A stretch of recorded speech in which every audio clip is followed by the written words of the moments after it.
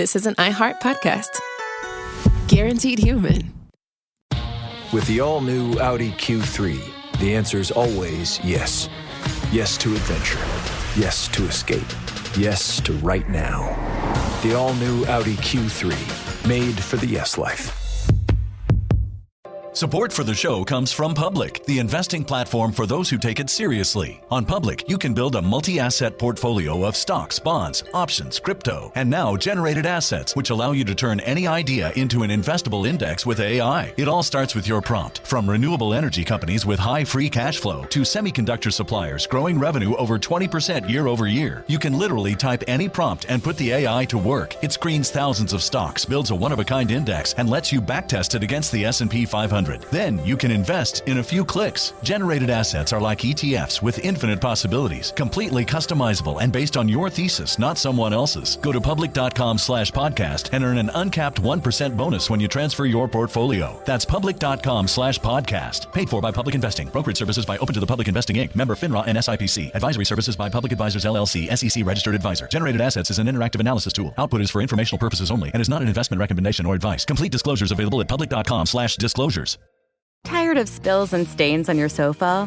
Wash away your worries with Anabay. Anabay is the only designer sofa that's machine washable inside and out, starting at just $699. Plus, Anabay sofas are pet-friendly, stain-resistant, and feature changeable slipcovers and modular pieces. Get up to 60% off site-wide with a 30-day money-back guarantee. Visit WashableSofas.com to get yours now. That's WashableSofas.com. Offers are subject to change, and certain restrictions may apply. There's a difference between liking a house and actually getting it. Redfin is built to make up that difference and close the gap between finding and owning the home for you. Redfin agents close twice as many deals as other agents. So when you find a home you love, you're not a step behind when it comes to making an offer. That means less watching great homes disappear and more focus on the one you'll call home. Redfin helps turn saved listings into real addresses. Get started at redfin.com. Own the dream. On April 4th, 1968, Dr. Martin Luther King was shot and killed in Memphis. A petty criminal named James Earl Ray was arrested. Case closed. Right? James Earl Ray was a pawn for the official story. Some of the evidence, as far as I was concerned, did not match the circumstances. This is the MLK tapes. The first episodes are available now. Listen on the iHeartRadio app, Apple Podcasts, or wherever you get your podcasts. Hello and welcome to our show. I'm Zoe Deschanel, and I'm so excited to be joined by my friends and castmates, Hannah Simone and Lamorne Morris, to recap our hit television series, New Girl. Join us every Monday on the Welcome to Our Show podcast, where we'll share behind-the-scenes stories of your favorite New Girl episodes. Each week, we answer all your burning questions like, is there really a bear in every episode of New Girl? Plus, you'll hear hilarious stories like this. That was one of your things you brought back from Latvia. Yeah, I brought back a hoop. Because all professional basketball players. Yeah, it's like a little 7-foot hoop. Yeah. Listen to the Welcome to Our Show podcast on the iHeartRadio app, Apple Podcasts, or wherever you get your podcasts. From Cavalry Audio comes the new true crime podcast, The Shadow Girls. I grew up near the banks of the Green River and in the shadow of the killer that bears its name. Prosecutors described him as a serial killer savant. But this podcast isn't only about tracking down the killer. It's about the victims. We stayed in the woods. He always liked to go to the woods. Listen to The Shadow Girls on the iHeartRadio app, on Apple Podcasts, or wherever you get your podcasts. Chapter 6. Sasha. History is a messy thing, class. Even a question as simple as, when did the Second American Civil War begin, doesn't have a clear answer. Some scholars say the first shots were fired during the failed Montana secession movement of 2040. Others will name the Dallas water riots of 2041, or the bombing of the Diamond Building 6 months later by leftist militants. You can make a good, evidence-based case for any of these. Mr. Dane was a good lecturer, with a rich baritone voice and a habit of animating his lectures with vibrant hand gestures. He was Sasha's favorite teacher, and one of her favorite people. Mr. Dane was a heathen, of course, but he was still a sweet man. She appreciated his even-handed perspective and his commitment to the unbiased study of history. It broke her heart that no one else in her advanced placement continental history class seemed to appreciate him. The other 24 students stared ahead with slackened jaws and unfocused eyes. They were all deep in their decks, messaging friends, browsing Snapvids, or playing whatever game was popular right now. Decks were far too entrenched in modern life for schools to force them off during class time. Instead, the school filtered the Wi-Fi and forced students to download apps that restricted access during school hours. This had led to a thriving underground trade in apps that countered the school's spyware and covertly lifted the blocks. The district IT team was locked in a perpetual, losing battle to spot and crack these programs. But on a practical level, the teachers, like Mr. Dane, just had to accept the intrusion. The students didn't ignore him entirely, but very few of them gave him their full attention. They didn't give anything their full attention, really. Most of her peers went through their days half-reading 2 or 3 conversations, playing games, and scrolling through several social media feeds, even when they were out in the world, surrounded by people. Pastor Mike called it The Death of Joy. That was the name of the essay in Revelator that had first turned Sasha on to the heavenly kingdom. He'd railed against distraction culture, which he said not only robbed mankind of a relationship with God, but it also robs us of the little moments. The quiet joys of living are drowned by a flood of data. It's a mosquito bite on the human soul, and the masses have convinced themselves that the abatement of discomfort from scratching this itch is the same as happiness. All around her, classmates scratched their itches while Mr. Dane lectured. He looked so lonely up there. They all looked lonely. So, Mr. Dane cleared his throat in an attempt to pull at least a few of his students out of their stupor. As we close this unit, I'd like to ask you all a simple question. What should we call the war that split the United States? Your textbook calls it the Second American Civil War. In the Northwest and the Christian states, they call it the Revolution. By next Monday, I'd like each of you to upload an essay arguing which name is more appropriate. 1,000 words, please. The bell rang. The other students got up slowly, in 2s and 3s, and made for the door.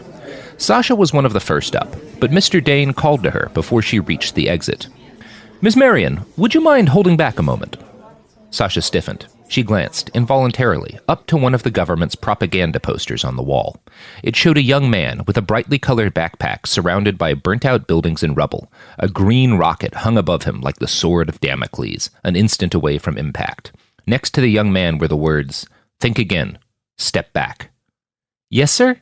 she asked as she approached his desk. Mr. Dane fixed her with a kind smile. He looked around 40, although that was no guarantee of anything. His eyes and lips were creased with smile lines, though. She liked that about him. "You seemed a bit distracted today, Sasha. That's not uncommon for most of my students." He gave a slightly forced laugh. "But you're normally so engaged. I just wanted to make sure everything's okay." Over the last year, Sasha had started building up a stockpile of what she called defensive smiles. She had one for when her parents were worried, another for her few friends, and another for the school administrators. The smiles were calculated to reassure everyone that she was still normal Sasha, and she certainly wasn't planning to escape to the heavenly kingdom. But she'd never worked up a smile for Mr. Dane. She genuinely enjoyed his class, so it hadn't seemed necessary. She just decided to go with her friend smile, and hoped that worked. "I'm okay, I'm just, inspiration hit her. "The news today is so scary. What's happening down in Texas, I'm worried." Mr. Dane visibly relaxed. Yes, I can see why you'd be troubled by that. I think it's taken everyone a bit by surprise." He paused and struggled with his words. "I expect it must be somewhat more difficult for you than the rest of the class, being a Christian." Her smile faltered a bit. She knew she was supposed to act like one of the tame preachers the government trotted out, the men and women who'd claim Christianity was all about peace and love. They'd say that the Lord's truth could coexist with the equal truths of other faiths, and with the secular world of the Am-Fed. That all felt wrong to her, but a little irritation was worth avoiding suspicion. "My faith is stronger than a handful of terrorists," she said to Mr. Dane. "There are a lot of Christians in the secular forces, They'll win in the end, won't they?" Mr. Dane's smile remained unchanged, but his eyes bored into hers. Sasha was more comfortable with eye contact than most teens, but she found this deeply uncomfortable, invasive even. After several long seconds, he spoke.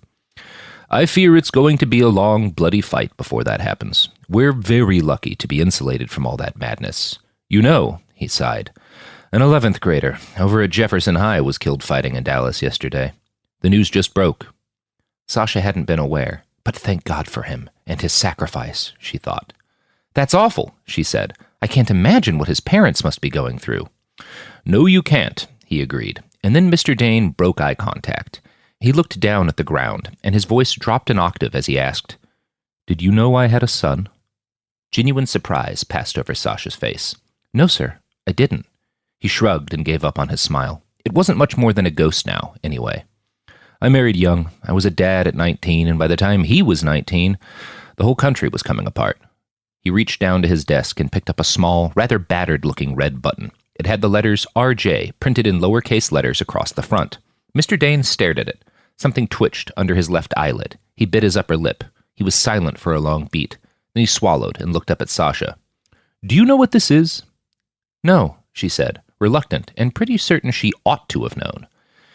In the years leading up to the revolution, there were a lot of different activist movements founded and spread by anonymous radicals. They'd organize flash demonstrations and coordinated direct action campaigns.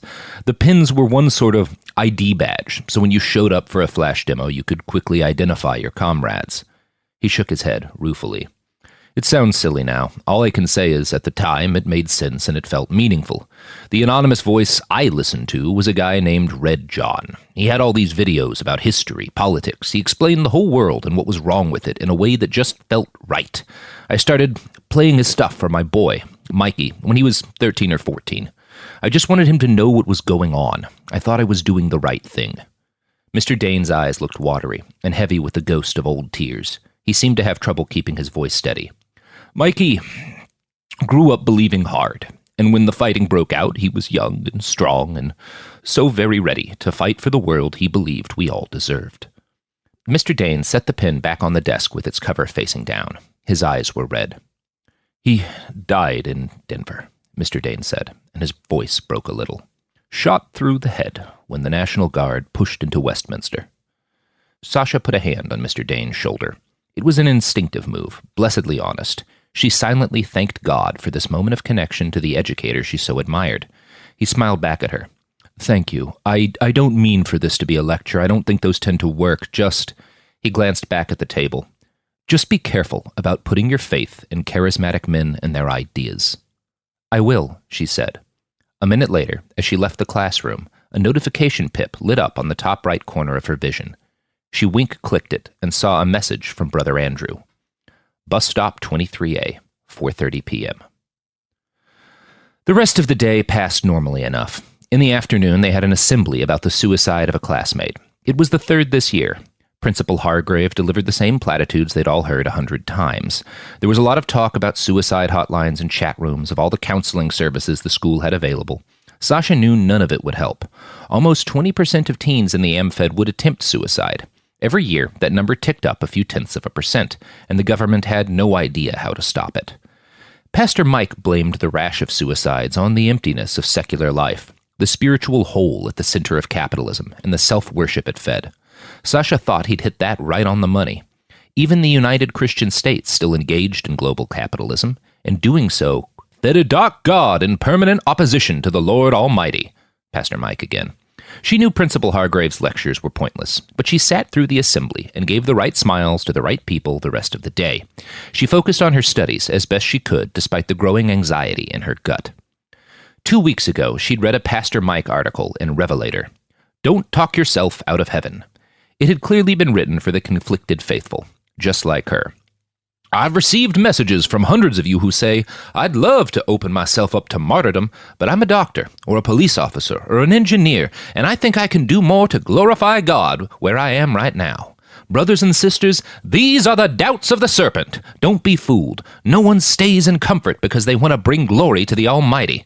Our Lord does not speak to us from comfortable places. He spoke to Moses in a desolate desert, from a burning bush. He delivered his greatest sermon atop a mountain. Jehovah wants our souls to be so on fire with devotion that our own lives mean nothing before his flame. The heavenly kingdom is that cleansing flame. What a gift it is here, now, in your lifetime. What a tragedy it would be to miss this chance at salvation.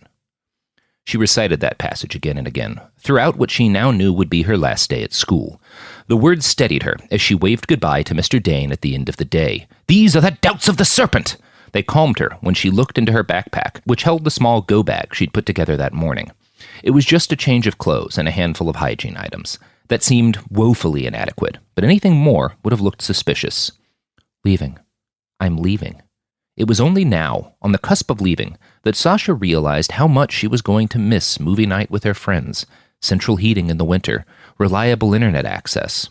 Our Lord does not speak to us from comfortable places.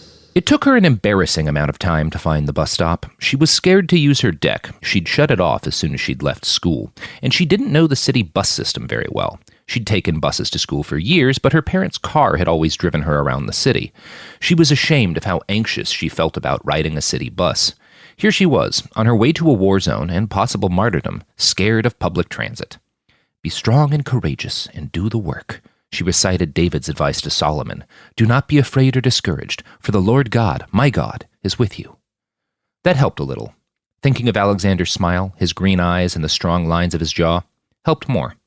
Sasha didn't like admitting that to herself. It felt too carnal, almost sacrilegious. But she knew that what mattered to God were her actions. Even if her flight to Zion wasn't done with a completely pure heart, God would forgive her. Her sacrifice to build the New Jerusalem would outweigh the sinful part of her mind that couldn't stop imagining how Alexander's strong arms would feel when they finally wrapped around her. She waited at stop 23A. 4:30 came and went. By 4:45 p.m., her chest burned with barely restrained panic. She was sure the people passing by all knew her secret plans. A pair of police officers passed her at one point. One of them, a woman not much older than Sasha, flashed her a smile. For a long time, she was convinced it had been a sign, that her communiques had been intercepted and the police or the FBI were onto her plan. But the police didn't come to stop her, and after a quarter hour that felt like days, a brown sedan rolled up to the bus stop. Its window peeled down, and Sasha locked eyes with a careworn young man in the back. Sasha Marion? He asked. Yes, she said. Are you Brother Andrew? As I was with Moses, so will I be with thee. That was the passphrase Alexander had told her to expect. It was all Sasha could do to stop from bawling right then and there. She got in the car. The man inside was exactly what she'd have expected of a man in Brother Andrew's profession. He had long, straw-colored hair and a ragged beard. There were deep pockets of exhaustion under his brown eyes, and well-creased smile lines around his lips. He wore a simple black suit with no tie. Everything about the way he looked and the way he dressed spoke of quiet devotion and humble service. Here, finally, was a man of God, not a pressed, preening dandy like the pastor at her father's church, not a hip young pretender like the Baptist minister who'd given a speech on inclusion at her school last year. Here was a real, road-weary man of the Lord. I know how you must feel right now, Sasha, he said. You're relieved. You never thought you'd make it this far. You didn't know if you'd have the courage to take the final leap of faith. But you have now, child, and your soul is secure. Sasha melted. The knot of anxiety that had been twisting in her guts suddenly untied itself. Her eyesight blurred, and she realized that she'd started to cry. It was all she could do to look over to Brother Andrew and whisper, Thank you. Together, they drove to a little white-walled suburban house, maybe 5 miles away from the only home she'd ever known. The car stopped, but Brother Andrew gestured for her to stay in the vehicle while he stepped out and knocked on the door. Another man, shorter and balding, stepped out. They both hustled back to the car, their eyes darting left and right. As soon as they made it inside, the car sped off fast enough that the acceleration pushed Sasha back in her seat.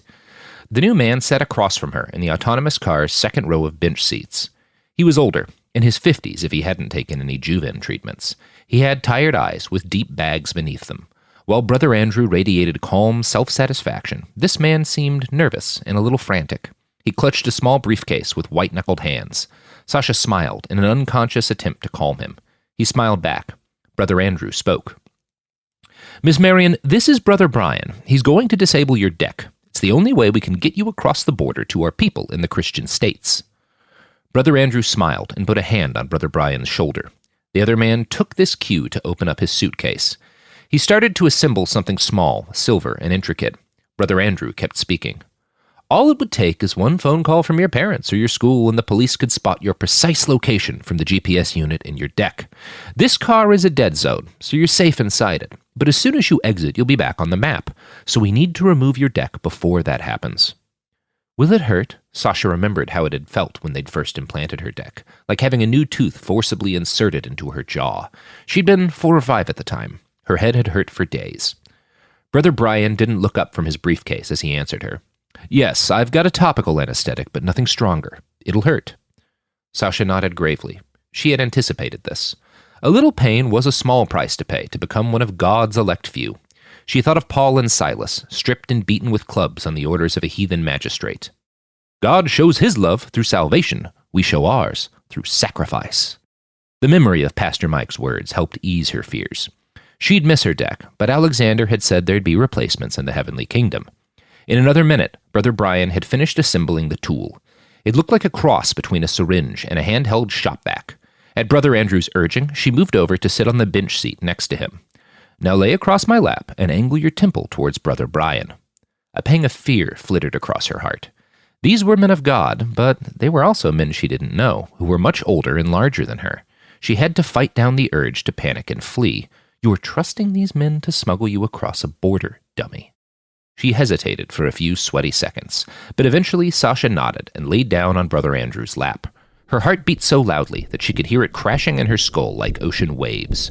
Brother Andrew put his strong hands on her. He tightened his grip. He's holding me down, she realized, and although he tried to restrain her in a comforting way, the liquid mass of panic in her chest almost boiled over.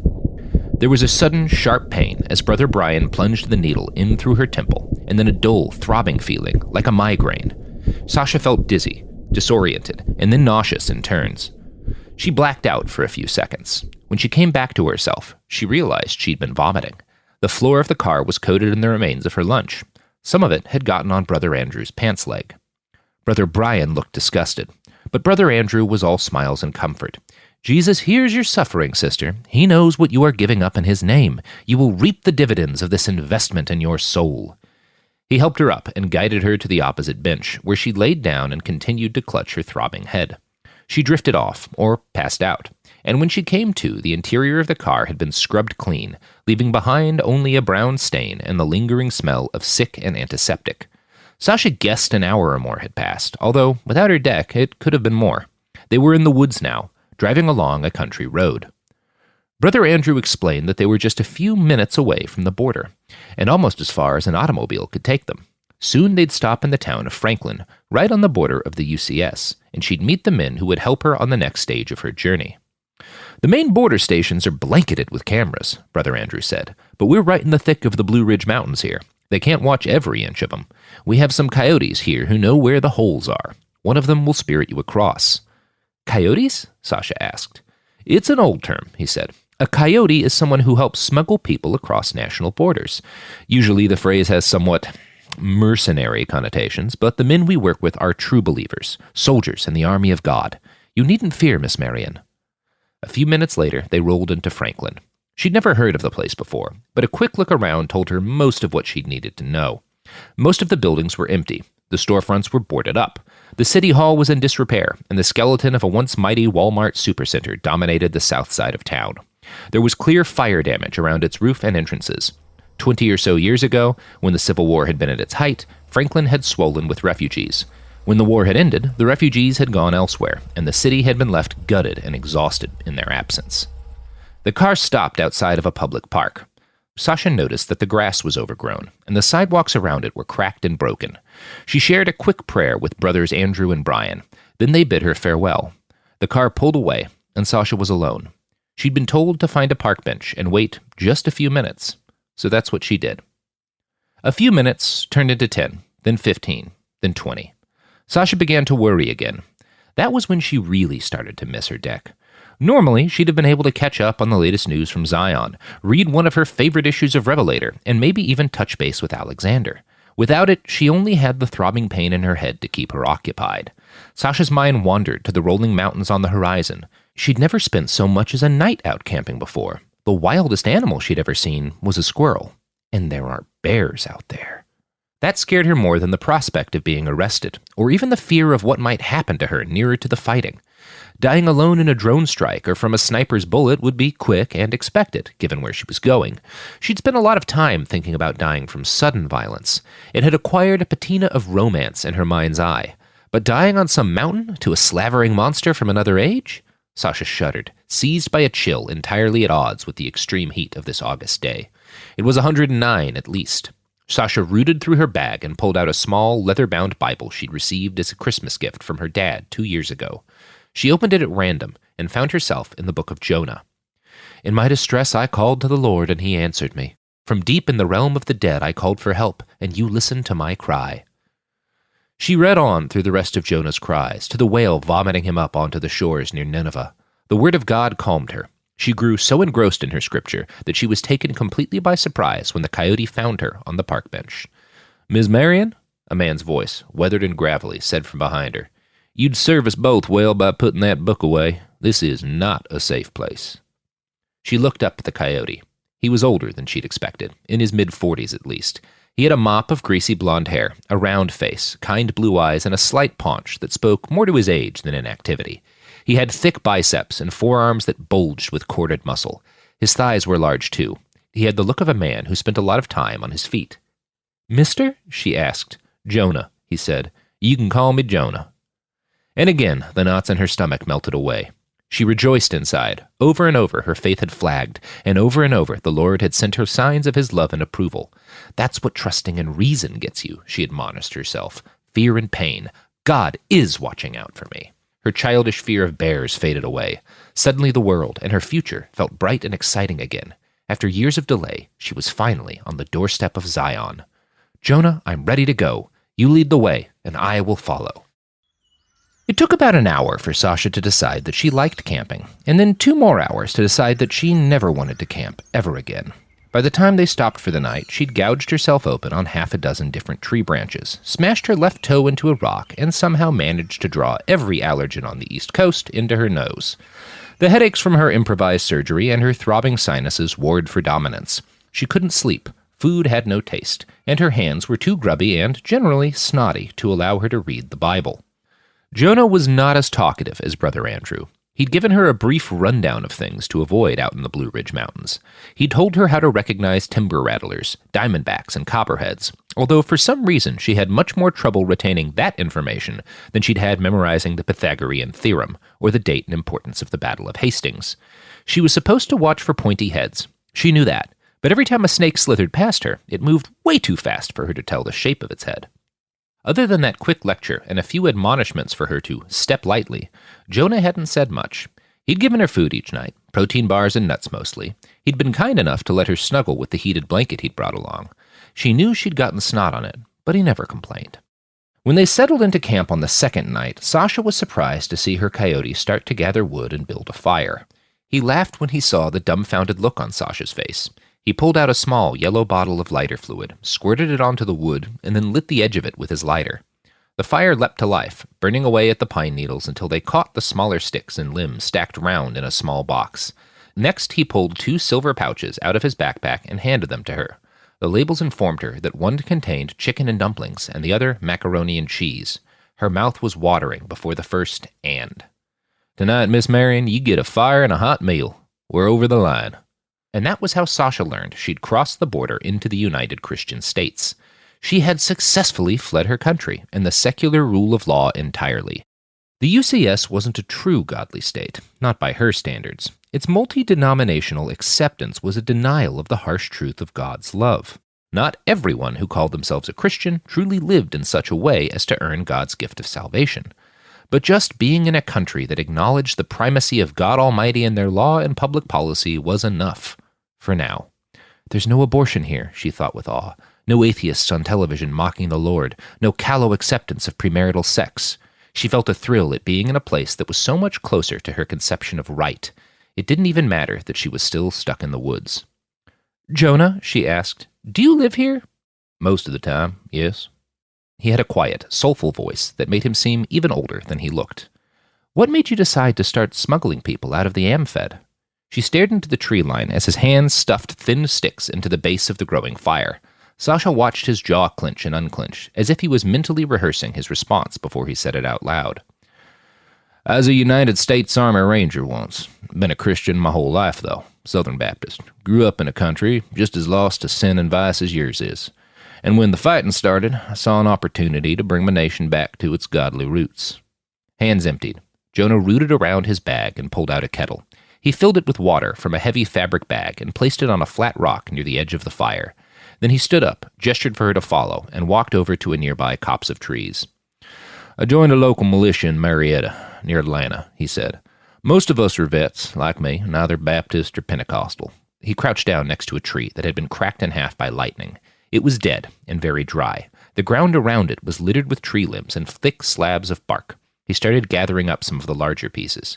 "Come on, get down here and help. Some of these are a little damp, but we'll stick them around the edges to dry out. Most important thing right now is to get some middling-sized logs in there, so we can build up a little bed of coals." Sasha wiped a runnel of snot from her face and knelt down to help. Jonah continued his story while they filled their arms. "Anyway, things heated up. The Army started calling in their deep reserves. Guys like me had been out for daggum near a decade. That was after the feds nuked Dallas, so going active duty again didn't sound good to anyone." He lifted away a fallen limb and revealed a massive log, roughly the size of Sasha's torso. Jonah shifted everything he'd gathered over to his right arm and then hefted the log with one hand. He nodded at Sasha's much smaller pile. "We probably got enough," he said. They headed back to the campsite. She could see Jonah was doing that twitchy jaw thing again, thinking carefully about every word. "I grew up real patriotic, you understand? I love my country. Fought for it down south. But I also grew up with a Confederate flag on the back of my dad's truck. I wasn't on board with those Marxists who started the Civil War. So when Governor Galen had his referendum on secession, well, that felt right. I was on board with the UCS back before it was even born." They sat around the fire again. Jonah started to add in larger branches. He slowly built the fire in a U-shape around the flat stone. "Now, I was never a fanatic. Went to church most Sundays, but I had Jew neighbors, a couple of Muslims in my unit. Good guys. Wasn't real political, you know. But Pastor Elgins gave a speech. Only time I saw him in person. He said diversity wasn't making us strong anymore. A melting pot's all well and good, but the quality of the soup depends on the recipe. That made sense to me." He sat back, popped the kettle onto the rock, and looked over to Sasha. "The idea was a Christian recipe would make for a stronger nation. But the UCS wound up being a daggum prosperity gospel pile of nonsense. Better than the Amphid, sure. Maybe we got less queer politicians, less rich Jews running things, but it's still corrupt here." Sasha wasn't really sure how to handle this disclosure. She'd run into similar attitudes among believers online, uncomfortable references to Jewish, gay, or gay-Jewish conspiracies. That sort of nonsense had always gotten on her nerves, but she'd written its purveyors off as edgelords and trolls. Part of her thought they might be CIA plants, hell-bent on making the kingdom look bad, but she knew they didn't speak for the actual heart of the movement. Sasha wanted to speak up, but she held her tongue. The fact that Jonah had been nothing but kind and respectful to her didn't change the fact that he was twice her size. Who knew what he might do if he got agitated? Sasha fought for calm and recalled a specific passage from Revelator in one of their guides for young women immigrating to the kingdom. "Know, daughters, that our Lord made your brothers and husbands both strong of body and quick to anger. It is your job to soothe, not incite, and if his wrath falls upon you in a sudden burst, remember the forgiveness and patience of our Lord. Let his example guide your reactions." So she smiled at Jonah and said, "Tonight, I'm happy enough to be in a godly land." He smiled back. Sasha hoped God was proud of her for being meek as Mary. When she thought about it that way, the rest of the night was surprisingly tolerable. The food wasn't good by her normal standards, but it was hot and savory, and after days of protein bars, it was exactly what her suffering stomach needed. Sasha wasn't aware of when she drifted off to sleep. Jonah woke her up the next morning, not long after the crack of dawn. He handed her a box of wet napkins and walked off into the woods for a few minutes while she cleaned herself off as much as possible. When she was done, he led her down the mountain and into a small town on the border. It was Sasha's first real look at life in the UCS, and it did not disappoint. In the 20 or so minutes they were outside, she saw 9 churches. There were crosses on every house, in a dizzying variety. She saw Bible quotes printed on windows of shops and cafes, and the strangers who passed them in the street all flashed warm smiles. A few offered their blessings. Sasha had never seen such public display of religion. She floated through those first few minutes on a cloud of giddiness unlike anything she'd ever known. The architecture and the environment were similar to what she'd grown up with, but everything else seemed alien in the most exciting way possible. Sasha felt so light she could almost feel the Holy Spirit lift her up. Her gleeful reverie only ended when Jonah led her up to the door of an unassuming brownstone house. They were taken in by another man, whom Jonah had introduced as Saul.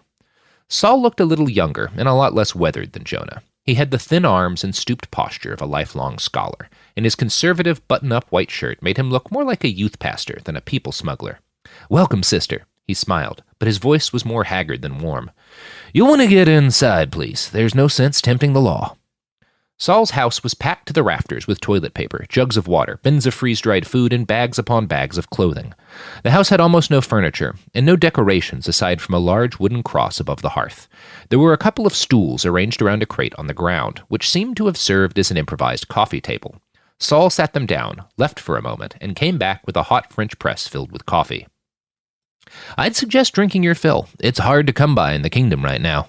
Most things are, I'm afraid." "I'm not scared of hardship," she said, a little too loud. "You sound like a little kid. Keep your stupid mouth shut, or they'll think you can't handle it." Saul was conspicuously silent, but Jonah spoke up. "She handled herself well out in the woods," he said. "Not bad for a city girl. Didn't have a lot of woodcraft, but did have an open heart. You took well to it, ma'am." Saul chuckled as he began to pour and hand out cups of coffee, first to her and then to Jonah. Sasha wasn't entirely sure why, but she waited until both men had taken their first sips to take hers. She didn't know much about coffee, but she was pretty sure this wasn't the beverage at its best. "Would you like to pray with us, Miss Marion?" Saul asked. Of course." He extended his hands out on either side. So did Jonah. Sasha took Saul's left and Jonah's right. "Heavenly Father," Saul began, "bless this young woman who comes to you with a full heart from a land of sin and shirk. She's given up all pretense of control and yielded herself fully to your grace, Lord. Please guide her in this next journey. We pray that she makes it safely to your kingdom and into the arms of her husband-to-be." Sasha almost peed. Where did he hear that? She and Alexander hadn't even met yet. There'd been no proposal. Was he just speaking in the general hope that she'd get married, or had Alexander told him something?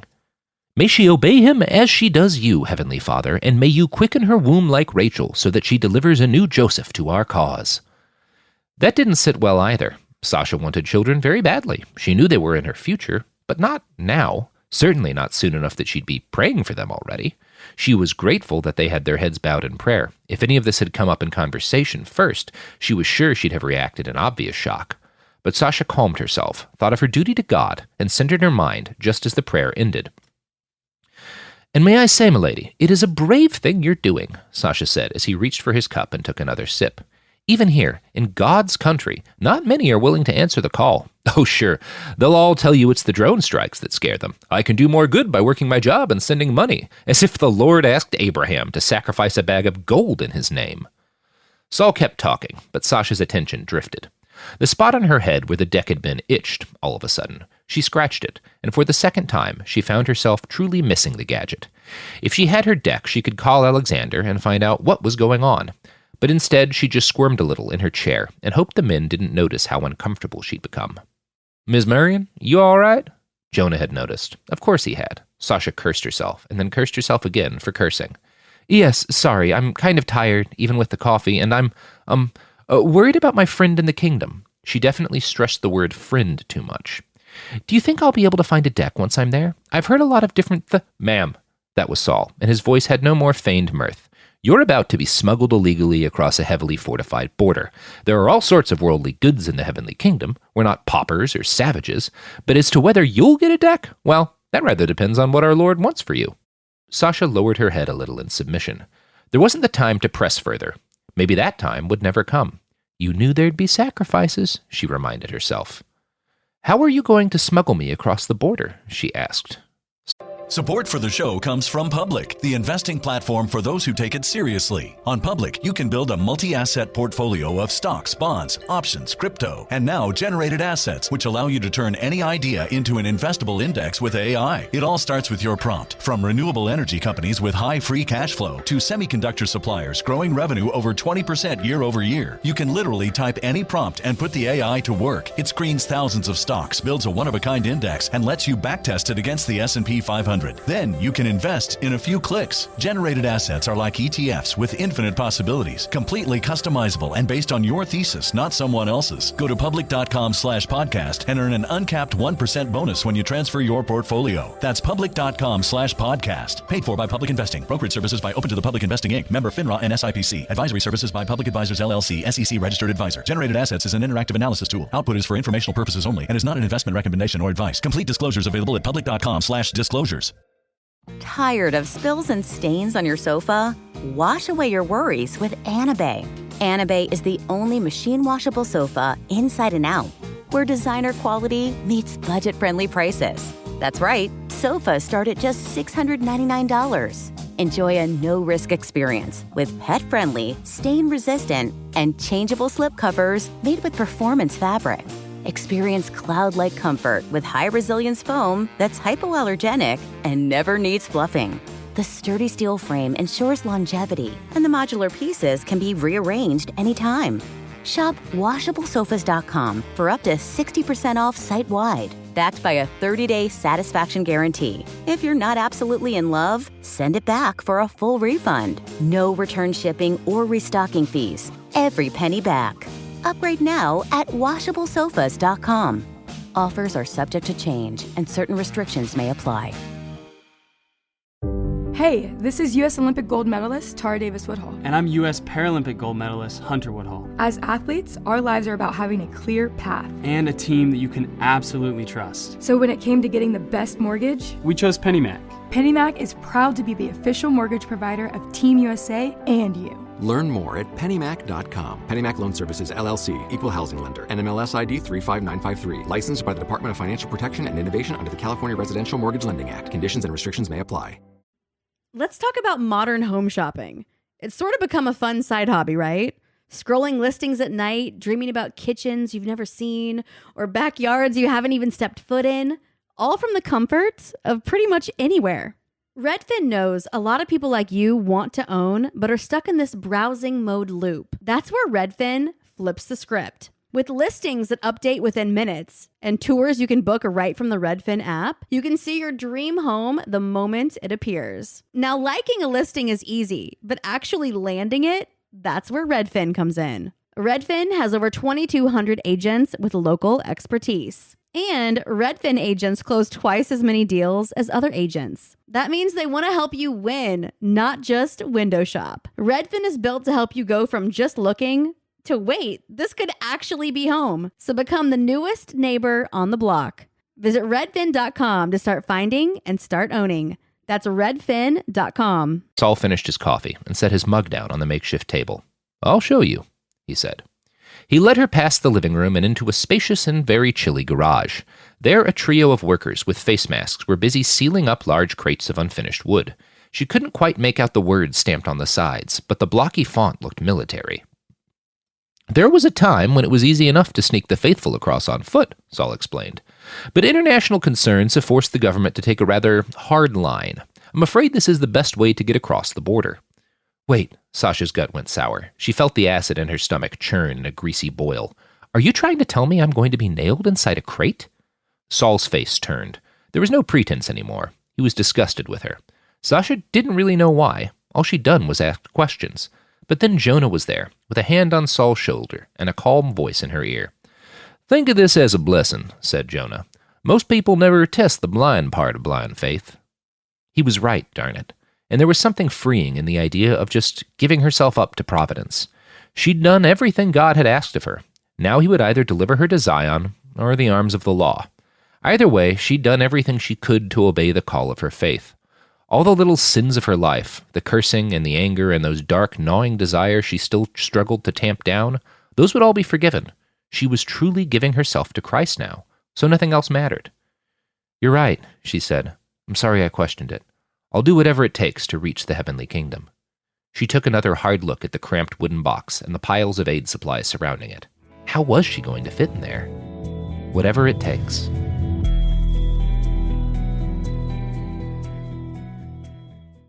Hi, I'm Robert Sex Reese, host of the Dr. Sex Reese Show. And every episode, I listen to people talk about their sex and intimacy issues, and yes, I despise every minute of it.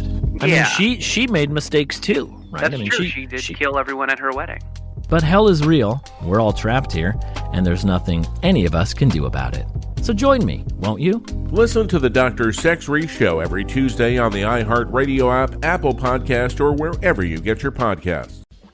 I'm Colleen Witt. Join me, the host of Eating While Broke podcast, while I eat a meal created by self-made entrepreneurs, influencers, and celebrities over a meal they once ate when they were broke. Today I have the lovely AJ Crimson, the official princess of Compton, Asia, Kid Ink, and Asia. This is the professor. We're here on Eating While Broke, and today I'm going to break down my meal that got me through a time when I was broke.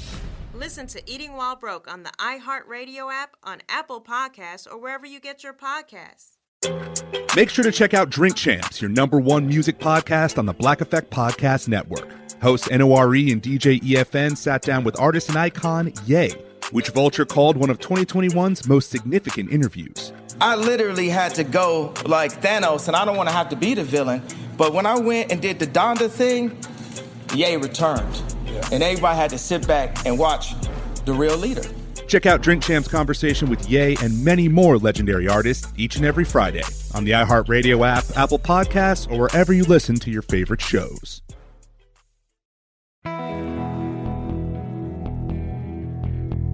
Chapter 7. Manny.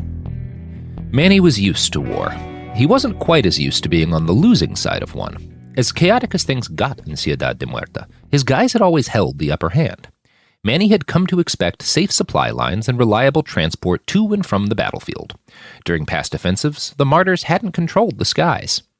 His first hint that this had changed came when the .50 caliber machine gun atop their transport fired into the sky. It was soon joined by the echoing boom of the lead vehicle's 20mm cannon, and a sparking whoosh as anti-drone rockets arced up into the sky. "Nuts!" Reggie yelped as the gunfire jolted him awake. He drifted off a half hour or so into the ride. Manny grabbed onto him and looped his own legs around the bench for stability. An instant later, the transport veered off of the road and into the high grass surrounding the highway. There was a flash somewhere to the left, followed by the roar and heat of an explosion. When Manny looked back, he saw the smoldering wreckage of one of their escort vehicles. "Drones!" he shouted into the journalist's ear over the blistering gunfire. Manny scanned the skies as their transport plowed through the tall grass. Wounded soldiers screamed as the vehicle banked and bounced and sent them slamming into each other. He caught sight of a small drone, maybe the size of his torso. It was matte black and an almost perfect oval. The only break in its seamless form was the bulge of a missile pod on its belly. A red light blinked above the weapon. The drone slowed to a stop, maybe 100 feet above them. There wasn't time to think. The fixer shoved his journalist hard off the back of the transport and then leapt off himself. He hit the ground with a painful thump that knocked the air out of his lungs and the sense from his mind. For a second, the whole world was stars and shock. Manny rolled to a rough stop against what felt like a large rock. Something cracked inside his chest. And then there was another explosion. This one louder and closer than the last one. The heat hit him like an ocean wave. Manny was vaguely aware of the scent of burning hair. His hair. He cried out, but he couldn't hear his own screams. Manny's ears rang like the inside of a church bell. It was several moments before the pain and shock subsided enough for him to open his eyes. He looked down at himself first. His pajamas were scorched, and his arms were scraped and bloody from the fall. His backpack was gone, but there were no signs of serious injury. None of his bones seemed broken. What remained of the transport smoldered half a football field away. He saw a few writhing, burning shapes inside. Manny's stomach turned. Reggie. The pain of the fall had, momentarily, wiped the journalist from his mind. Manny scanned the field and found the other man curled into a fetal ball a dozen or so feet to his left. He ran over, gave the journalist a quick scan, and determined Reggie wasn't seriously injured either. A small sliver of shrapnel had pierced the other man's bicep. He was just as scraped and bloody as Manny, but also basically intact, except his eyes didn't quite focus when Manny looked into them. Maybe a minor head injury? The journalist said something, a lot of somethings in fact, but Manny's hearing was all tinnitus. There was no time to talk anyway. He hoisted Reggie up by the armpits, ignored the other man's pained expression, and pulled him along as he beat feet away from the flaming wreckage in the ongoing firefight. Another blast wave rolled over him, this one more distant, and then another, coming from somewhere above them in the sky. The extent of their injuries meant that their run was more like a hobble. Reggie had dislocated his unshrapneled arm. Manny had fucked his knee up in the fall and done something awful to his ribs. The two staggered as fast as they could manage, towards an abandoned gas station by the side of the old highway. They reached their temporary salvation and took cover inside the dusty, cobwebbed building. Cunt! Reggie screamed as he slumped down against the wall. It took Manny a second to process the fact that he could hear again. "You're all right," he shouted. "You're fine. We're going to be okay." Manny had no idea if that was true, but he knew managing fear would be critical to their survival. The gas station had been abandoned for a decade or more. Most of the glass was gone, but the basic structure of the inside counter was still intact. He and Reggie took cover behind it, careful to avoid the piles of shattered glass and shrapnel. There were old bullet holes in the wall all around them. At one time, there'd been a plexiglass window on the inside wall behind the counter, with a little bucket in it so the cashier could do business at night without letting customers inside. Most of the plexiglass had been removed, leaving a gaping wound in the building's concrete hide. Manny stuck his head out of the hole and looked out at the site of the massacre. Both transports had been hit. Much of the field was aflame. The sick, sweet smell of burning human flesh wafted over them like a dense fog. Manny saw 2 of the escort trucks still firing into the sky. There was another flash above as one of them hit a drone. It corkscrewed out of the air, burst on the ground, and ignited the dry grass.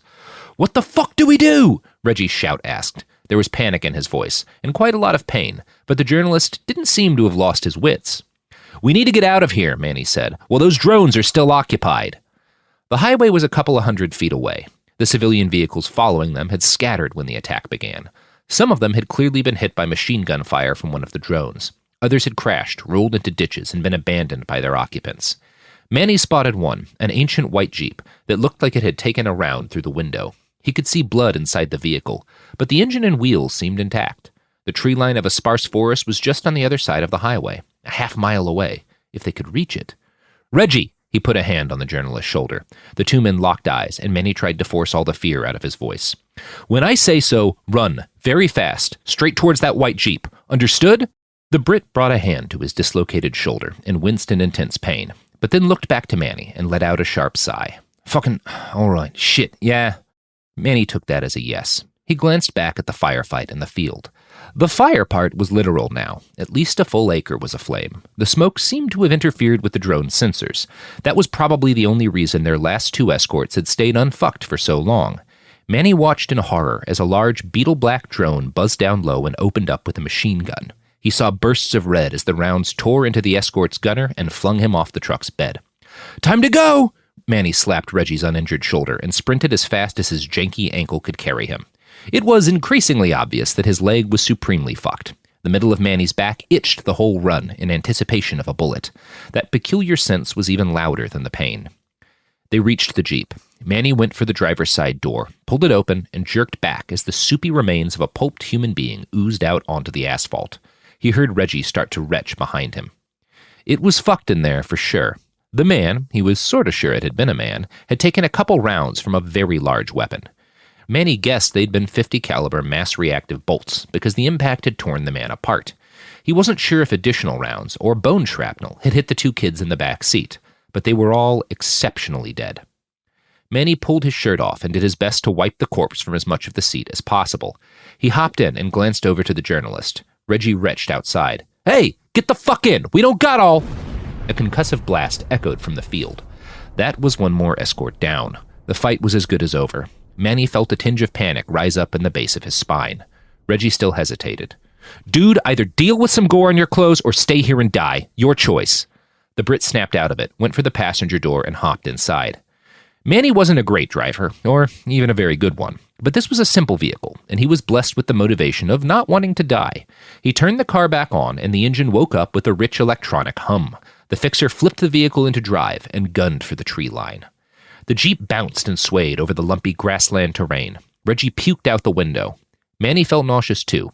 He honestly wasn't sure if it was more from the pieces of people scattered inside the vehicle or sheer motion sickness. 15 seconds went by. 30. A minute. Manny allowed himself to think they might make it out of this alive. And then he heard the buzz, that sickening, familiar machine hum that every war-zone kid knew as well as the sound of their own mother's voice.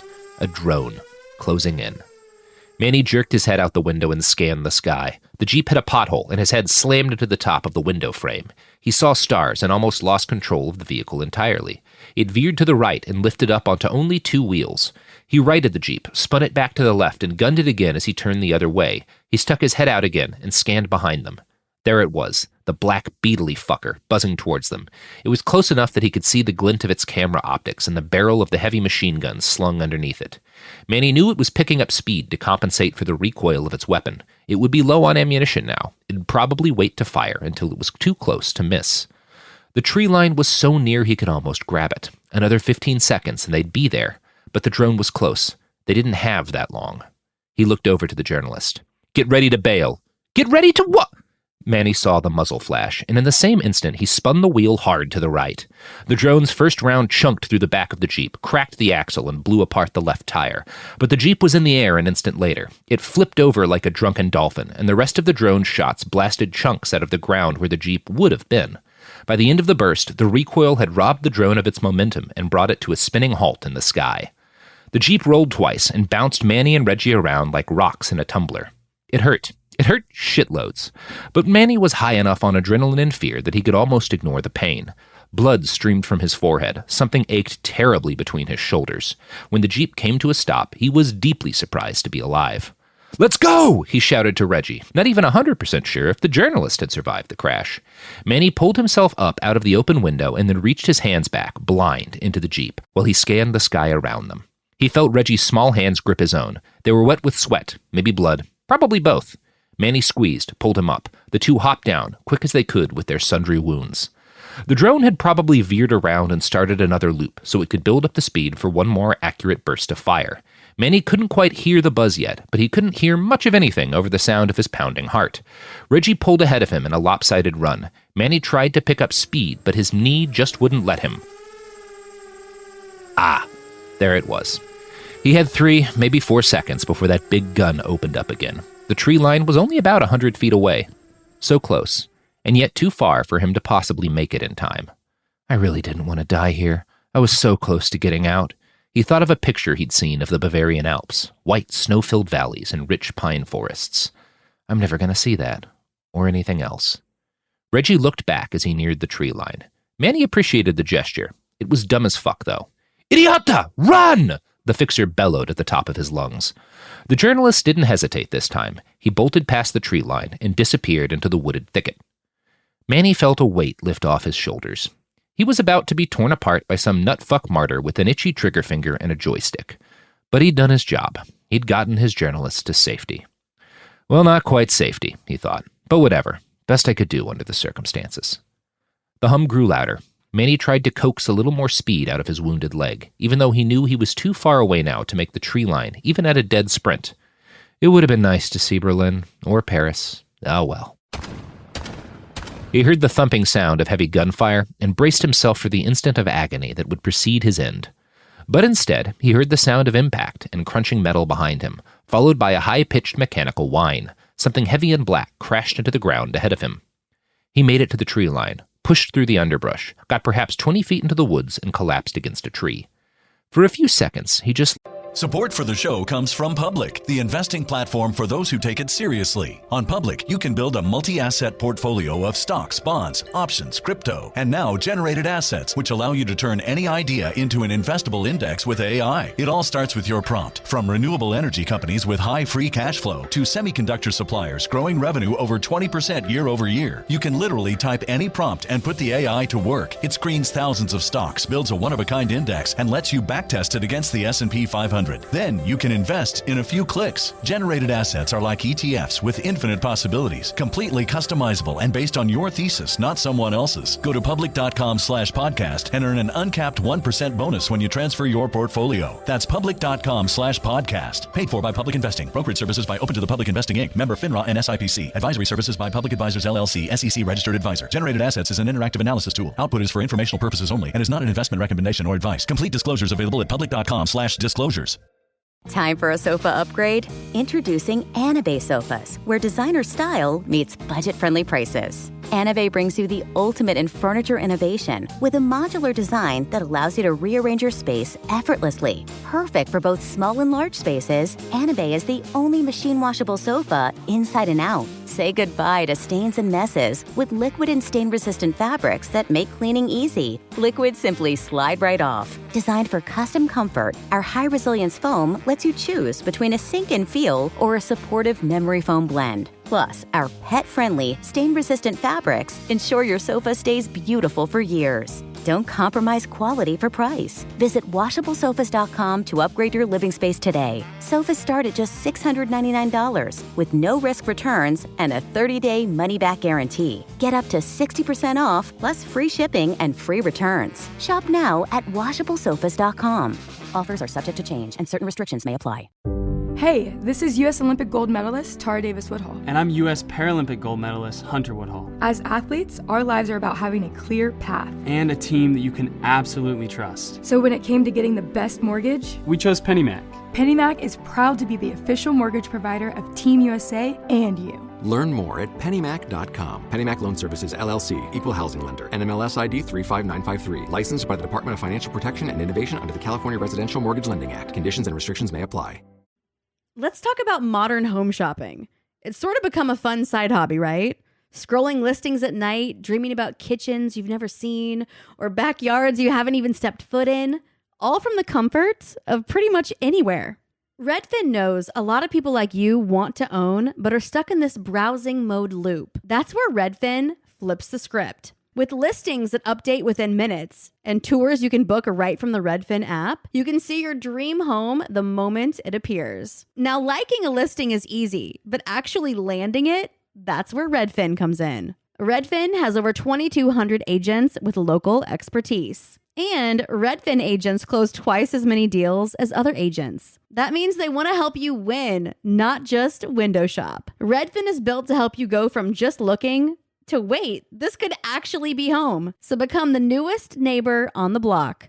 Visit redfin.com to start finding and start owning. That's redfin.com. Let the pain wash over him. His knee, his shoulders. He could feel something stuck deep in his back, too.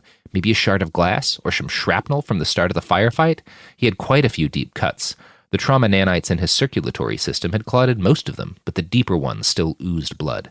It was hard to tell just how injured he really was, since his body was also covered in blood and viscera from the Jeep's previous occupants. Espera, he thought. How am I alive? His brain gradually spun up to meet his body. Someone had shot that murder beetle out of the sky. But who? Reggie? Where would he have gotten a gun? And the man was British. He couldn't shoot. Reggie! He shouted. Over here, the Brit called back. He sounded weirdly cheerful. Think we've made some friends. For the first time in his life, Manny found himself face to face with two posthumans. The first appeared to be a lady. She was hunkered up in the branches of a tree, and she cradled a very large gun in her hands. Most of her body sort of faded into the forest. She was only easy to see now because of her smile. The shine of her teeth was quite unlike anything else he'd ever seen. They appeared to be made of some sort of strange, swirling colored metal. Where a normal person would have had incisors, she had long, curved fangs. The other chromed was a black man. He was of average height, with a muscular body and a wide build. His head was shaved, and he had a plump, friendly face and round cheeks that accentuated his broad smile. He wore a red kilt and a silver breastplate over his muscular chest. It gleamed in the afternoon sun. His only weapon appeared to be an enormous sledgehammer larger than Reggie's entire body. He smiled and nodded at Manny. His whole body twitched as he stood there, as if a constant stream of electricity buzzed through him. Reggie stood in front of the man. It looked like the journalist had run into the posthumans during his flight from the drone. He looked terrified, in the friendly sort of way only the British could manage. Hey, y'all, Manny said. He wasn't sure how nomadic half-god warrior people preferred to be addressed. Y'all seemed a safe bet. Hey, guy, said the woman up in the tree. Sup, said the kilted man. Can we help you? Manny asked. The man chuckled. He had a deep, throaty laugh that bounced off the trees and seemed to get louder as it reverberated. Nah, buddy, you guys, look pretty near death. I'm gonna guess you don't have anything I want. Nice pajamas, though. He pointed down to Manny's blood-soaked and burned pajama bottoms. The fixer's face turned red with embarrassment. They might have whiskey, said the woman. Ask if they have whiskey. The big man smiled, lowered his maul, and spoke. The name's Skullfucker Mike, he said. The lady who shot down your drone is Topaz McMillan. Do you guys have whiskey? Manny didn't, but Reggie did. Holy fuck, he shouted. I actually do. Somehow, the journalist hadn't lost his backpack in the chaos. He unzipped the main compartment, dug around for a few seconds, and produced a small metal flask. Reggie passed it off to Skullfucker Mike, who took a belt of it and let out a dog's bark. He didn't bark like a dog. It was the exact sound of a large hound barking. Skullfucker Mike passed the flask up to Topaz. She took a pull and cooed appreciatively. All right, Scully, I like these guys. They get a ride. A ride? Asked Reggie. A ride to where? To Rolling Fuck, she said. To the City of Wheels.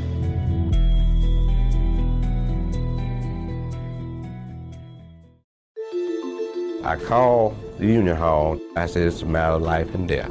I think these people are planning to kill Dr. King. On April 4th, 1968, Dr. Martin Luther King was shot and killed in Memphis. A petty criminal named James Earl Ray was arrested. He pled guilty to the crime and spent the rest of his life in prison.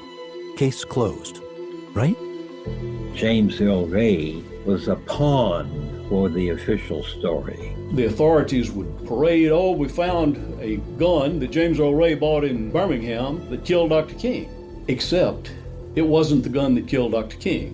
One of the problems that came out when I got the Ray case was that some of the evidence, as far as I was concerned, did not match the circumstances.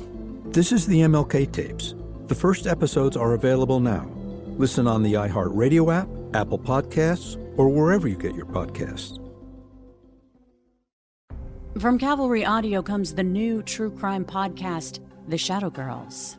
I always wanted to know what it felt like to kill somebody. And he started laughing. Prosecutors described him as a serial killer savant, picking up these girls, getting them in a position of vulnerability. When he got a hold of their neck, that was it. I'm Carolyn Osorio, a journalist and lifelong resident of the Pacific Northwest. I grew up near the banks of the Green River and in the shadow of the killer that bears its name. How many times did you bring the camera to One the river? time. Just one time? One time. He started fantasizing about having sex with his mother. Then he fantasized about killing her. But this podcast isn't only about tracking down the killer. It's about the victims. We stayed in the woods. He always liked to go to the woods. She was just, to all of us, kind of strange. You know how he feels about prostitutes? Listen to The Shadow Girls on the iHeartRadio app, on Apple Podcasts, or wherever you get your podcasts. Hello and welcome to our show. I'm Zoe Deschanel, and I'm so excited to be joined by my friends and castmates, Hannah Simone and Lamorne Morris, to recap our hit television series, New Girl. Join us every Monday on the Welcome to Our Show podcast, where we'll share behind-the-scenes stories of your favorite New Girl episodes, reveal the truth behind the legendary game True American, and discuss how the show got made with the writers, guest stars, and directors who made the show so special. Fans have been begging us to do a New Girl recap for years, and we finally made a podcast where we answer all your burning questions like, is there really a bear in every episode of New Girl? Plus, each week you'll hear hilarious stories like this. At the end, when he says you got some Schmidt on your face, I feel like I pitched that joke. I believe that. I feel like I did. I'm not 1,000%. I want to say that was, I tossed that one out. Listen to the Welcome to Our Show podcast on the iHeartRadio app, Apple Podcasts, or wherever you get your podcasts.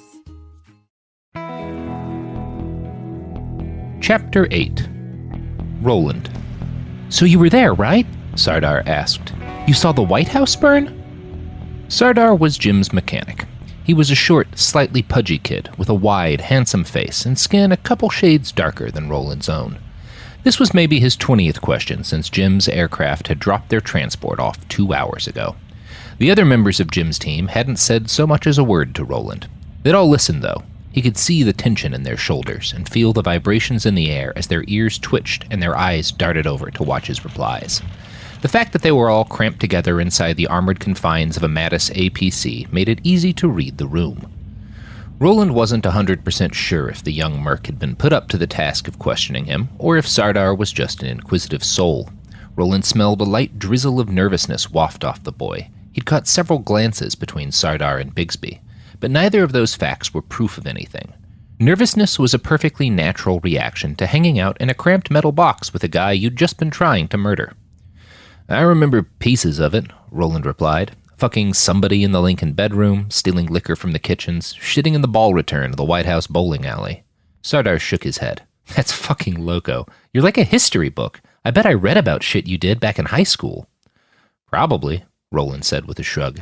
He had about 9 clear memories of his life before the shack on Camelback Mountain, and none of them felt very historic.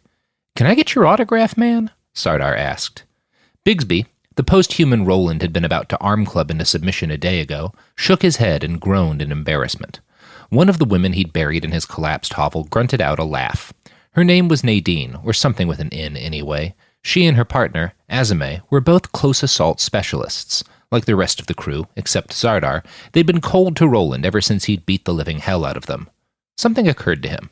Hey, I got a question for you, he said to Sardar. Yeah? Your crew's been real pissy to me this whole ride. Roland nodded at Bigsby. How exactly did you guys expect that fight to go down? Sardar pursed his lips. He seemed at a loss for a second. Then he said, Jim framed it as just a standard kill team action.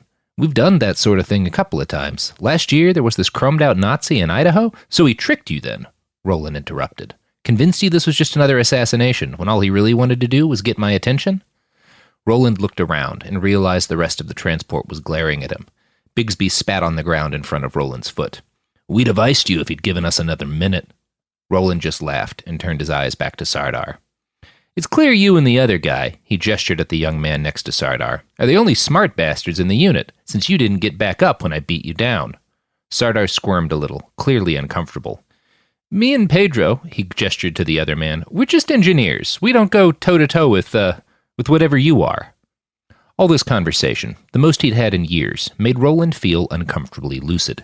He rooted around in the tattered old backpack he'd brought with him. It contained one rusty Mateba auto revolver that he'd found under the floorboards of his collapsed shack and 5.087 kilograms of assorted narcotics, mostly opiates. Roland remembered how fun it was to watch things explode while high on oxy. He pulled a pill bottle out of the sack, dilaudid, and poured half of it into his mouth.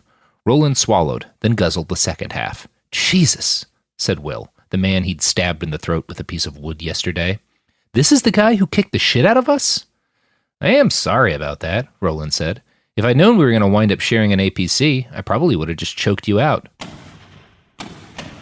Mortar fire. Incoming. Roland's hindbrain ran the calculations, estimated it at around 8 miles out. He sat up straight, senses focused towards the sound of the fire. Bigsby and Azame reacted the same way. They'd clearly splurged on the good ears. The rest of the team didn't seem to have heard. They're shooting ahead, Azame said. 60mm mortars. Get up, folks, Bigsby added as he pulled his own S-30 Barrett assault rifle from its resting place on the wall behind him. The fuck was that? Azame cocked an eyebrow. Her left ear twitched. Her tan, lean face flushed red with excitement. I don't recognize that one. Me either, Bigsby grunted. The other post-human looked to Roland with clear frustration. You recognize that? Roland did. It's an M142, he said. Mobile rocket artillery. Antique. U.S. military issue.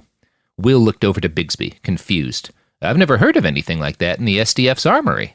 It's not the SDF, Roland explained, slurring his words more than a little. The opiates had just started to hit. Holy shit, I love Dilaudid, he thought. That's incoming. Can't you tell? He said.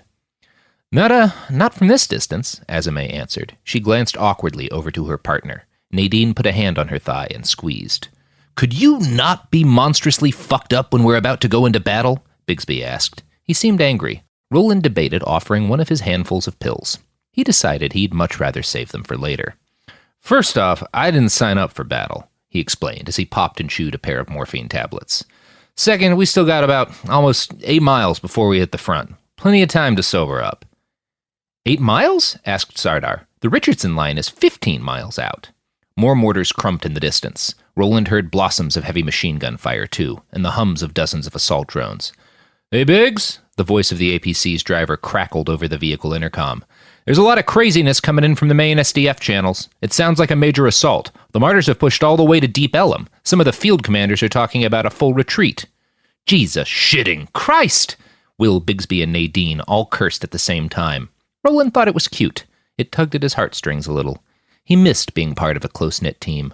Some of his stronger memory fragments involved really good times he'd had during and after the war. He remembered blowing up an armored school bus with a guy named Mike, throwing rotten oranges at a government sniper with Jim. His brain also brought up snatches of late-night drinking sessions and watching cartoons on an old projector in the desert. When he closed his eyes, he could smell the burning manzanita smoke of their campfire. Pain tugged at his heart, but he was jerked out of his reverie by the sound of an explosion. It was big, and close enough that everyone in the APC heard it, even though Roland's hindbrain put the distance at over 7 miles away. VBIED, Bigsby and Azame said at the same time. Real big one, Azame nodded. Roland could tell that the explosives-rigged vehicle had been an E-Series Mercedes truck, but he didn't bring that up. No one liked to know it all. Bigsby's mouth opened and closed, the telltale sign of someone having a subvocal conversation through their deck. Roland could have read his lips, but that would have been rude. Instead, he looked over to Sardar. If the gig gets called on account of war, you want to get shit-faced in Austin with me? The kid blinked, then replied, I mean, of course, but I'm pretty sure Boss Man's gonna want us to do the job, even if it's hot out there. Roland growled a little, without thinking, and Sardar cringed. I did not sign up to defend against an active invasion. I'm here to fuck up property, not people. Jim says that's still the plan. You fuck up the property, Bigsby grunted. My fam and I are here to fuck up the people. A red-hot cherry of anger bloomed in Roland's heart. That wasn't the deal, he said, and Jim knows it. One of you call him and loop me in on your screen. I'll set this right. Call him yourself, spat Bigsby. He can't, Sardar pointed out. He's got a dead deck. No signal at all. True null. Why the hell would you go null? Azame started to ask. Bigsby interrupted her. It doesn't matter why this asscopter's null. I'm on with Jim, and he says you're under contract still. We'll make sure you don't have to cack anybody. For a moment, Roland focused his attention outside the little APC. His hindbrain collated the bursts and vibrations that echoed out around the battlefield. It compared them with his petabytes of stored combat data and the last map of Dallas he downloaded before severing his deck. In a couple seconds, he had what his hindbrain assured him was an 80% accurate projection of the current fighting.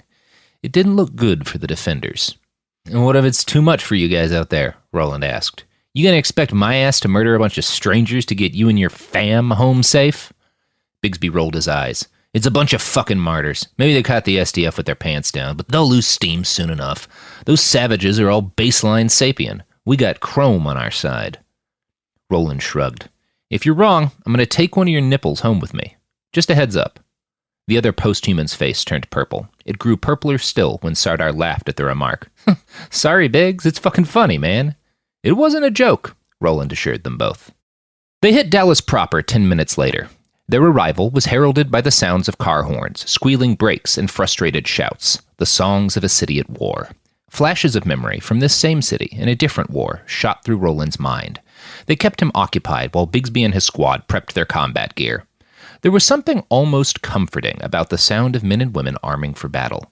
He remembered the way Mike ran through the lyrics of Eye of the Tiger before every op, and the careful way Jim had loaded his pre-battle meth pipe. The crump of mortar fire and the boom of heavier artillery grew louder and louder. The sour scents of gamma-aminobutyric acid, cortisol, and epinephrine filled the cabin. Bigsby's team had good game faces, but they were nervous. Biggs, the driver's voice crackled over the intercom. I'm seeing a shitload of hostile drone activity. Sky's fucking angry right now. Might be best to dismount here. Roland smelled the fuel burning off in the wake of the Hellfire missile, roughly a second before it hit. He knew the archaic munition didn't have the ability to penetrate a Mattis APC, but he still warned his fellows. Missiles are coming. What? Sardar asked. And then it hit. The impact rocked the vehicle on its axles and bounced its hapless passengers into the hard metal edges of the cabin. Roland bounced with them, although, for him, the pain of impact was more curiosity than actual discomfort. The driver braked hard. Roland heard and felt as the APC collided with what sounded like the outer wall of a large concrete building. He smelled blood on Sardar and Nadine. From the sound of the blast and the resulting crash, he guessed the APC's front axle had splintered. Ryan, the driver, was unconscious. He'd hit his head hard enough that the trauma nanites in his bloodstream had knocked him out while they worked to stop the swelling in his brain. Out! Out! Move it, motherfuckers! Bigsby shouted.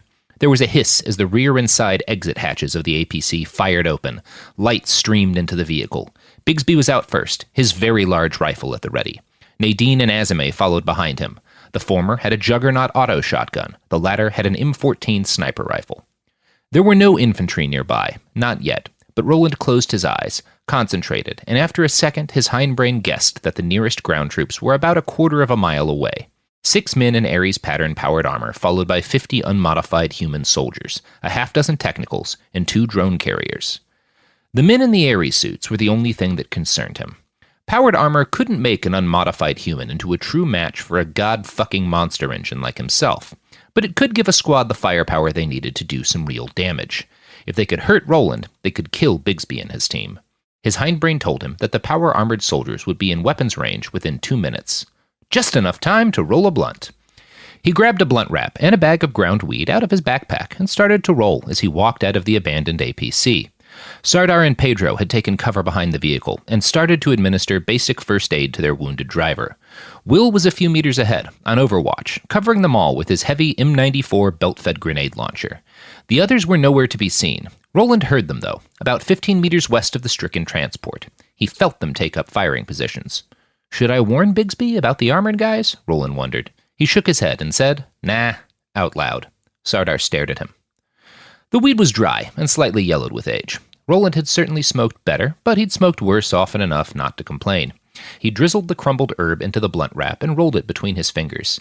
He licked the seam and sealed it as he watched Sardar shoot a stim capsule into Ryan's neck. The driver started to regain consciousness. Roland lit his blunt, took a hit, and offered it to the man. "Welcome back to the land of the living," he said with a cheerful grin. "Pot?" Sardar gave him a stern look. "Is this really the time?" The screech of a rocket-propelled grenade filled the air. Outgoing fire. It must have been from a nearby SDF position, engaged with the advancing martyrs. "Of course there's time," said Roland. "We got a solid 90 seconds until they're here. Might as well get high." The kid rebuffed his offer. Roland would have been a little hurt if he hadn't secretly hoped they'd turn him down. It took a lot of pot to get him high. One whole blunt was about the right amount for where he wanted to be. Bigsby opened up with his heavy machine gun. A vague worry started to grow inside Roland. The armored martyrs had moved faster than anticipated. Am I going to have time to finish smoking? He was thankful that he'd at least loaded up on painkillers before reaching the front. The machine gun was joined by the sharp crack of Nadine's sniper rifle and the rich bellow of Azame's auto shotgun. It sounded like she was firing tungsten core penetrators rather than the explosive dragon's breath rounds she'd loaded during the assault on Roland's shack. That was probably smart. "Are you going to do something?" Sardar asked. Roland could smell his fear wafted off him like a fine mist. He heard the heavy hum of a suit-mounted rotary chain gun, and then another. Incoming fire. A few rounds arced and ricocheted off the body of the APC. Sardar and Pedro dove for cover and pulled Ryan with them. Roland didn't move. His hindbrain had plotted the trajectories of the errant rounds as soon as they'd left their barrels. There'd been no danger. Well, no danger to them. By the sound of it, the power-armored martyrs had pinned Bigsby down. Roland could smell Nadine's blood in the air. She was alive, but injured. Will started to fire, and pumped a steady stream of explosives out in a high arc in front of the martyrs.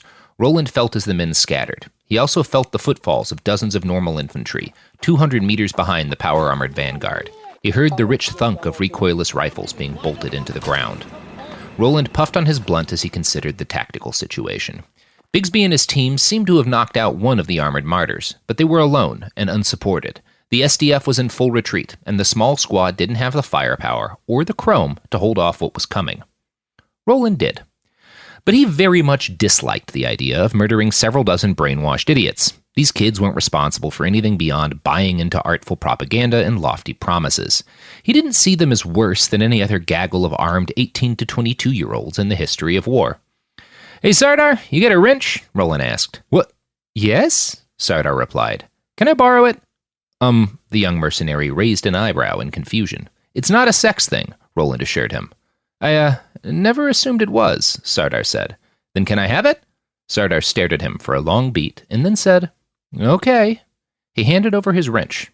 It was nice, more than 2 feet long, and made from 15.4 pounds of stamped steel.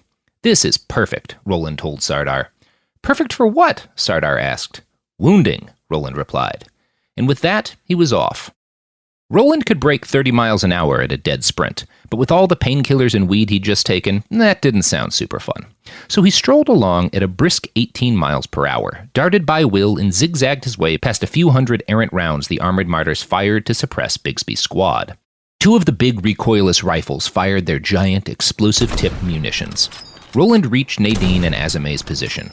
The former was down, bleeding from multiple gunshot wounds. Her lover fired from cover. Roland felt as one of the explosive rounds arced towards their position. The other was headed towards Bigsby. Roland's hindbrain guessed that Bigsby would survive the hit. Nadine and Azame wouldn't. He jumped forward and grabbed them both while still airborne, and the second before a missile met masonry, he threw them back out of the blast radius. He knew the landing would hurt, but both women were chromed enough to survive. After he tossed them, Roland slid to a stop on top of the pile of ruined bricks they'd hidden behind. The rocket-propelled munition hit about 3 feet below him. The 75mm round contained a half kilogram of hexogen, enough explosive power to tear a hole in the side of a small tank. It detonated and turned the pile of bricks into a shrapnel volcano. Roland hopped again. His hindbrain made it clear that he wouldn't avoid all, or even most, of the shrapnel. Metal and brick tore through his biceps, his gut, his legs, and his pectorals. Most of the shrapnel stopped at the subdermal carapace that protected his vital organs. A few pieces went further. They tore one kidney in half and pierced one of his hearts. But Roland had multiple redundant backups for every important organ. His medical nanites had already started to purge the foreign matter and repair the damage when he hit the ground. The battle high rolled in, and Roland's synapses flooded with endorphins, serotonin, and enough morphine to kill a middleweight elephant. The chemical elation of imminent combat filled his senses.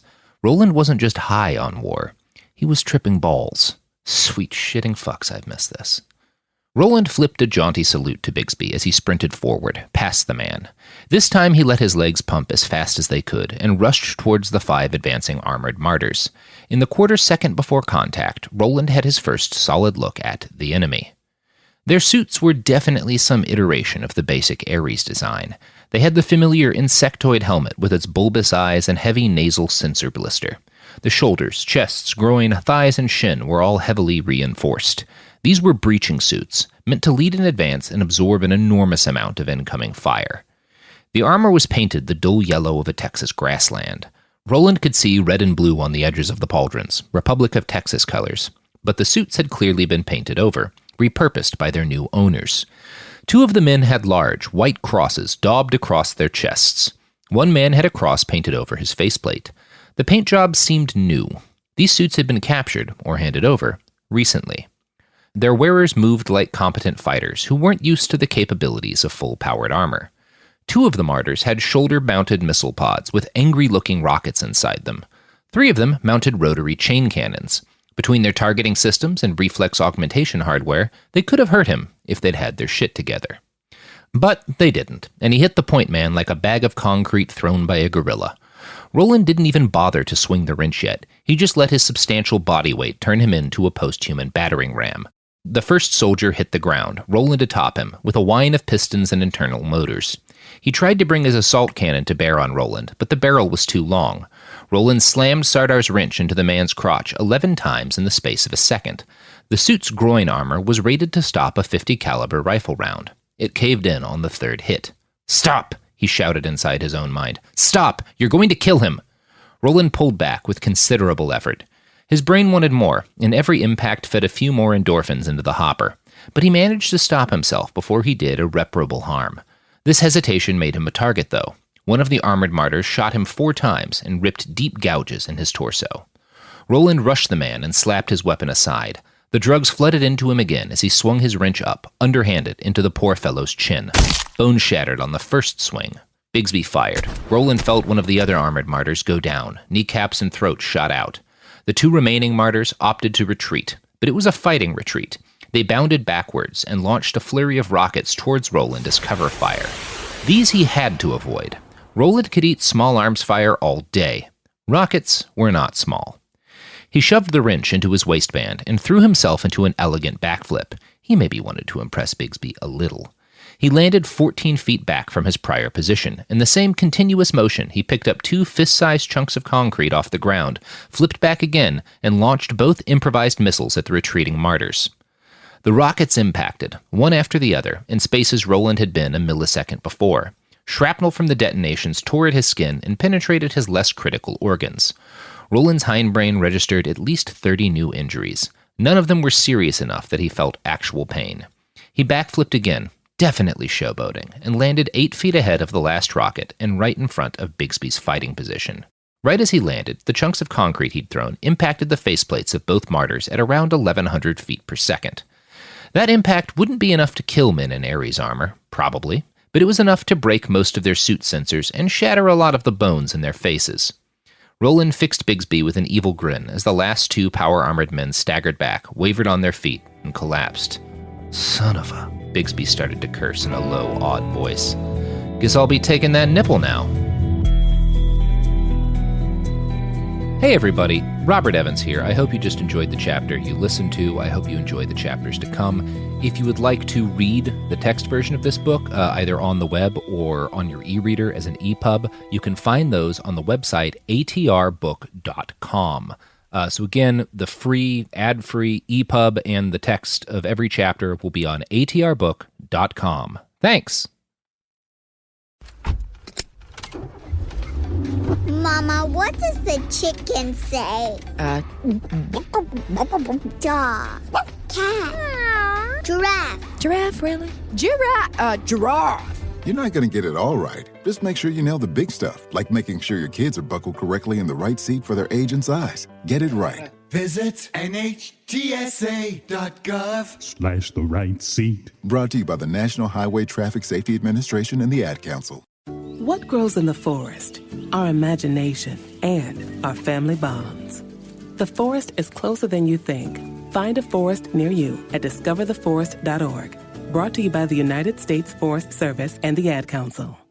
I'm Tanya Sam, host of the Money Moves podcast powered by Greenwood. This daily podcast will help give you the keys to the kingdom of financial stability, wealth, and abundance. With celebrity guests like Rick Ross, Amanda Seales, Angela Yee, Roland Martin, JB Smoove, and Terrell Owens. Tune in to learn how to turn liabilities into assets and make your money move.